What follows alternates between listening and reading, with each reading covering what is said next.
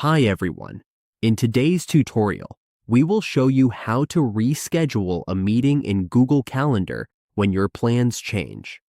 This is a simple way to update the time and keep everyone informed.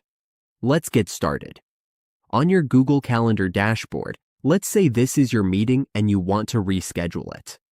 All we need to do is click the meeting, then click the Edit Event option. From here, we just need to choose a new date for the meeting. For example, we will move it to the 20th and update the time to 1:30 p.m. to 2 p.m. Once we are done, we just click Save. And that's it.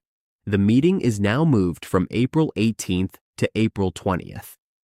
That's all it takes to reschedule a meeting in Google Calendar. With just a few clicks, we can keep our schedule up to date and everyone in the loop.